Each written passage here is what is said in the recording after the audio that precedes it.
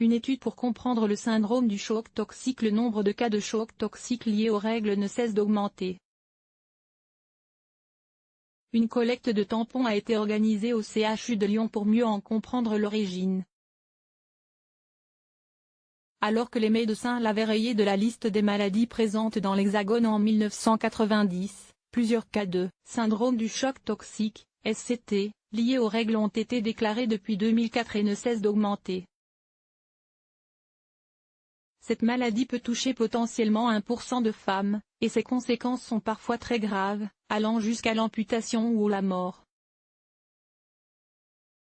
La cause. Le syndrome du choc toxique est provoqué par des toxines produites par la bactérie du staphylocoque doré. Cette bactérie est présente naturellement chez 30 à 40% des hommes et femmes de tout âge, mais seules certaines souches produisent la toxine associée au SCT. Lorsqu'on utilise un tampon pendant les règles, la bactérie prolifère et produit la fameuse toxine qui passe dans le sang et provoque les symptômes de la maladie.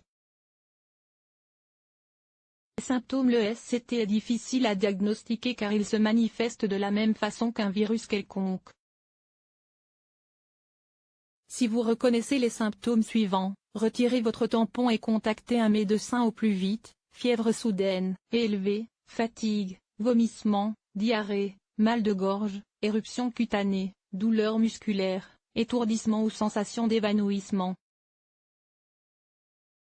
L'organisme se concentre sur la survie des organes vitaux au détriment des extrémités, qui sont de moins en moins irriguées.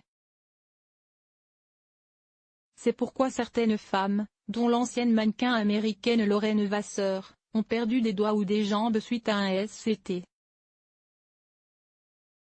La prévention. Il est essentiel dans tous les cas de bien respecter les règles d'hygiène quand vous utilisez des tampons.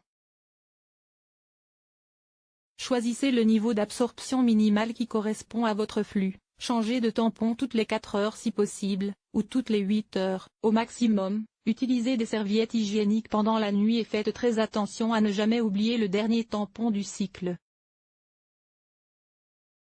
Le professeur Gérard Lina, du CHU de Lyon, a lancé une collecte nationale dans le but d'obtenir au moins 1000 tampons usagés afin de mieux comprendre d'où vient l'augmentation des cas de ces dernières années.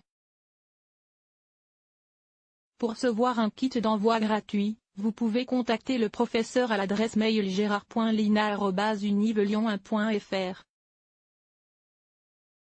Participer à cette collecte vous permettra de savoir si vous êtes porteuse de la bactérie. Mise à jour, près de 6000 demandes de kits ont été enregistrées, le quota de 1000 échantillons fixé pour l'étude est donc atteint.